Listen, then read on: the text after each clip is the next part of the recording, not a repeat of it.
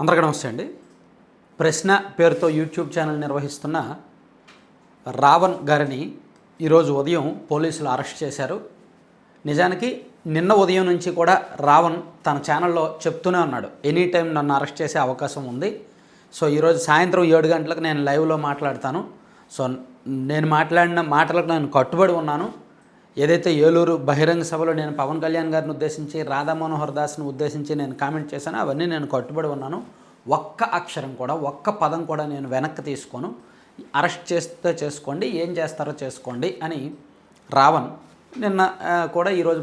నిన్న కూడా ఒక వీడియో రిలీజ్ చేశాడు.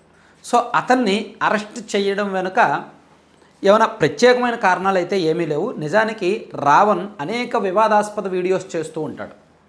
సాధారణంగా ఒక జర్నలిస్ట్ అన్నప్పుడు ఒక భావజాలం ఉంటుంది.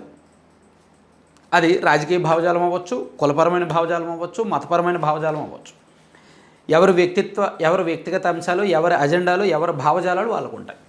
అయితే అవి మన భావజాలాన్ని మనం బయటకు చెప్పడంలో తప్పులేదు, కానీ ఎదుటివారి భావజాలాన్ని కించపరిచేలా మాట్లాడడం తప్పు కిందకే వస్తుంది. అండ్ అవి నాన్ బెయిలబుల్ సెక్షన్లు అయితే కాదు. ఇక రెండోది, కులాల మధ్య విద్వేషాలు రెచ్చగొట్టేలా మాట్లాడడం, మతాల మధ్య విద్వేషాలు రెచ్చగొట్టేలా మాట్లాడడం. కొన్ని అంటే ఇతను రావణ్ ఎంచుకునే టాపిక్సే చాలా సెన్సిటివ్ టాపిక్స్ ఎంచుకుంటాడు. ఉదాహరణకి పిఠాపురం నియోజకవర్గంలో ఆ మధ్య ఒక సంవత్సరం కిందట ఒక ఇన్సిడెంట్ జరిగింది. దళితులకు సంబంధించిన ఒక స్కూల్లో దళిత విద్యార్థులకు సంబంధించి వెలివేశారని ఒక ఇన్సిడెంట్ జరిగింది. ఆ ఇన్సిడెంట్ని యాక్చువల్లీ ఆ తర్వాత పవన్ కళ్యాణ్ గారు రెస్పాండ్ అయ్యారు. దాని మీద ఎంక్వైరీ చేశారు. పెద్ద ఇష్యూ కాదని చెప్పి ప్రభుత్వం లైట్ తీసుకుంది, పవన్ కళ్యాణ్ గారు లైట్ తీసుకున్నారు. ఆ ఇష్యూ మీద రావణ్ నేరుగా పిఠాపురం వెళ్ళి ఒక సిరీస్ ఆఫ్ వీడియోస్ చేశాడు. అప్పుడే నిజానికి జనసేన పార్టీ ఇతన్ని టార్గెట్ చేసింది, అరెస్ట్ చేయాలనుకున్నారు, కేసులు పెట్టారు, ఫిర్యాదు చేశారు, కానీ ఎక్కడో ఎవరో అడ్డుకున్నారు. అది పక్కకు వెళ్ళిపోయింది. ఆ తర్వాత కైకలూరు నియోజకవర్గంలో ఒకసారి ఒక ఇన్సిడెంట్ జరిగింది. అక్కడ జనసేనకి వైసీపీకి మధ్య, కాపులకి ఎస్సీలకి మధ్య ఒక ఇన్సిడెంట్ జరిగింది. సో అది చాలా పెద్ద ఇన్సిడెంట్ యాక్చువల్లీ. వినాయక చవితి ఊరేగింపు సందర్భంగా జరిగింది లాస్ట్ ఇయర్. సో అప్పుడు కూడా రావణ్ నేరుగా కైకలూరు వెళ్ళి బాధితులతో మాట్లాడి ఒకవైపు స్టాండ్, ఎస్సీల తరపున స్టాండ్ తీసుకొని చాలా గట్టిగా మాట్లాడాడు. అప్పుడు కూడా అంటే ఇతను ఎంచుకున్న సెన్సిటివ్ టాపిక్స్ అండ్ తను బాధితుల పక్షాన నిలబడతాను అని చెప్తుంటాడు. కానీ నాణ్యానికి రెండో వైపు కూడా ఉంటుంది. మేబీ ఖచ్చితంగా ఒక ఇన్సిడెంట్ జరిగినప్పుడు బాధితులు ఉంటారు, తన బాధితుల వైపు ఉండడం కరెక్టే. కానీ నాణ్యానికి రెండో వైపు అతను ఎప్పుడూ చూడడు. ఏ ఇన్సిడెంట్ని కవర్ చేసినా తను నాణ్యానికి రెండో యాంగిల్ కవర్ చేయడు. సరే, అది కూడా పక్కన పెడితే రాధా మనోహర్ దాస్ని ఉద్దేశించి ఆయన సిరీస్ ఆఫ్ వీడియోస్ చేస్తూ ఉంటాడు. చాలా పర్సనల్గా టార్గెట్ చేస్తాడు. ఒక పచ్చిబూతు తిట్టడం ఒక్కటే తక్కువ, మిగిలిన అన్ని పదాలు వాడతాడు అతన్ని ఉద్దేశించి. అండ్ పవన్ కళ్యాణ్ గారిని కూడా రావణ్ ఎప్పటికప్పుడు టార్గెట్ చేస్తూ ఉంటాడు. ఆయన వీడియోస్లో రెగ్యులర్గా టార్గెట్ చేసేది పవన్ కళ్యాణ్ గారిని అండ్ రాధా మనోహర్ దాస్ గారిని. వీళ్ళిద్దరిని ఎక్కువగా టార్గెట్ చేస్తారనమాట. మేబీ అతని పర్సనల్ ఎజెండా అతనికి ఉండొచ్చు. ప్యూర్ సెక్యులరిజం కనిపిస్తుంది, ప్యూర్ అసలు కులాలకి మతాలకి సంబంధం లేని భావజాలం కనిపిస్తుంది. కానీ మాటల్లో ద్వేషం, విద్వేషం, కోపం చాలా క్లియర్గా కనిపిస్తుంది.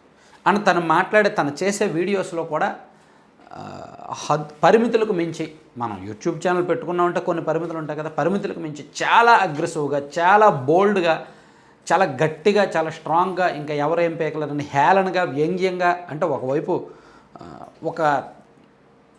అంటే తనను తాను ఎక్కడో ఊహించుకొని తనకంటే వీళ్ళందరూ కూడా చిన్నవాళ్ళే అనేటట్టు, తను ఎవరినైనా టార్గెట్ చేయగలను, మాట్లాడగలను అనేటట్టు తన వీడియోస్ ఉంటాయన్నమాట.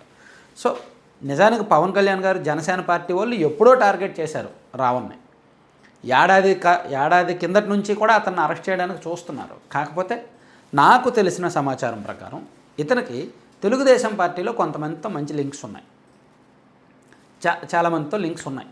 టీడీపీలో, మేబీ జనసేనలో ఎవరితో లింక్స్ ఉన్నాయో లేదో తెలియదు, కానీ టీడీపీలో కొంతమంది ఎమ్మెల్యేలు అండ్ కీలక స్థానాల్లో ఉన్న వారితో లింక్స్ ఉన్నాయి. సో అందుకని ఇతను పర్టికులర్గా కొన్ని నియోజకవర్గాలు కొంతమంది మీద చేస్తారు తప్ప అందరి గురించి పెద్దగా మాట్లాడేది ఉండదు. సో మేబీ మొన్న ఏలూరు అతని మీద పెట్టిన కేసు అయితే అరెస్ట్ చేయడానికి రీజన్ అయితే మాత్రం ఏలూరు మీటింగ్లో అతను మాట్లాడిన అంశాలే, మతపరమైన అంశాలు, కులపరమైన అంశాలు మాట్లాడి వర్గాల మధ్య విద్వేషాలు రెచ్చగొట్టేలా మాట్లాడాడు అనే కేసుతోనే అతన్ని అయితే అరెస్ట్ చేశారు.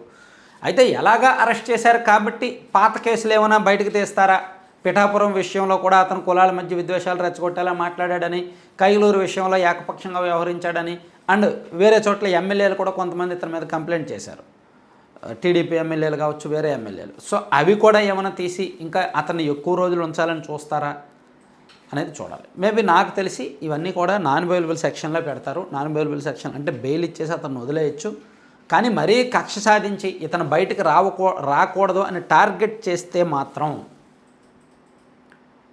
అతను కొన్నాళ్ళ పాటు లోపల ఉండాల్సి రావచ్చు. చూడాలి ఏం జరుగుతుంది అనేది.